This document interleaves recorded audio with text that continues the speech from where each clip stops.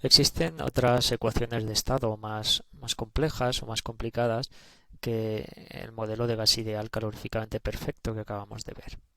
La siguiente ecuación, la segunda ecuación más sencilla del modelo de gas ideal, la podríamos considerar como la ecuación de Van der Waals, cuya ecuación de estado es la que aparece aquí.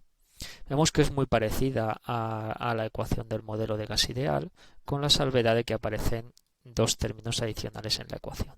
Primero, a la presión se le suma ese término, ¿vale?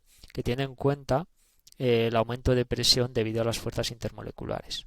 En el modelo de gas ideal, recordamos que suponemos que las interacciones intermoleculares y las fuerzas entre ellas son despreciables, porque están a distancias intermoleculares muy grandes, aunque realmente sí que existe una variación de presión debido a esas fuerzas, y es lo que intenta la ecuación de Van der Waals representar con ese término. Adicionalmente al volumen específico molar, la ecuación de Van der Waals resta ese término B minúscula, que lo que tiene en cuenta es el volumen finito ocupado por las moléculas. En la aproximación del gas ideal suponemos que las moléculas son puntos sin volumen, pero en la realidad ocupan algo de volumen, con lo cual el volumen real que queda entre las moléculas es algo menor. Y es lo que intenta tener en cuenta ese término.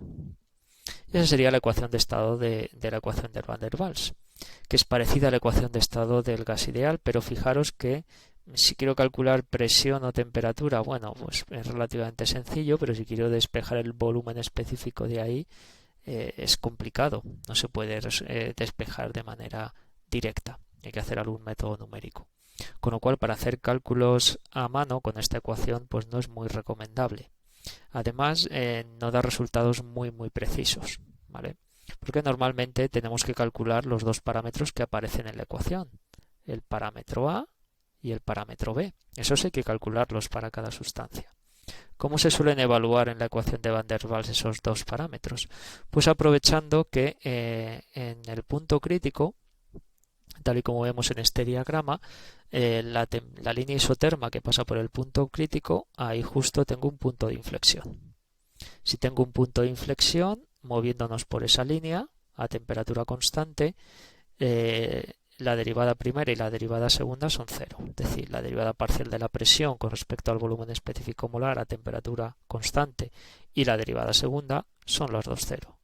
Con lo cual, cogiendo la ecuación de Van der Waals y haciendo estas dos derivadas, la primera y la segunda, igualándolas a cero, se obtiene un sistema de dos ecuaciones con dos incógnitas, de las cuales podemos despejar las constantes A y B. Si hacemos ese procedimiento, podéis comprobar que se obtienen los valores de A y de B que aparecen aquí y que dependen, pues obviamente, de la constante universal y de la temperatura y presión crítica, porque estamos calculando esas derivadas justo en el punto crítico. En la práctica, si se calculan estos valores de A y de B, pues se ve que funciona bien la ecuación de Van der Waals si nos movemos por aquí cerca. Pero en cuanto nos alejamos un poquito de la zona del punto crítico, que es donde hemos calculado exactamente los valores de A y de B, pues la precisión de la ecuación de Van der Waals no es muy buena. Con lo cual nos supone una ventaja importante respecto a la ecuación de estado del gas ideal, debido sobre todo a la complejidad de trabajar a mano con ella. Existen multitud de otros modelos de estado que la mayoría de ellos también pues dependen de dos constantes o dos parámetros. Tenemos la ecuación RKS, por ejemplo, cuya ecuación de estado es la que aparece aquí, o la ecuación PR, que también la tenemos aquí. Los parámetros A y B hay que determinarlos para cada una de las sustancias y bueno, estos modelos de estado pues intentan determinar relaciones entre propiedades que, si tenemos programas informáticos, pues podemos utilizarlos para el cálculo de propiedades, pero no son muy recomendables para hacer cálculos a mano, ya que son ecuaciones que no se pueden despejar las variables directamente. Nosotros, en principio, siempre que estemos trabajando con un gas, a no ser que se nos diga lo contrario en el enunciado del problema, supondremos que es un gas ideal caloríficamente perfecto.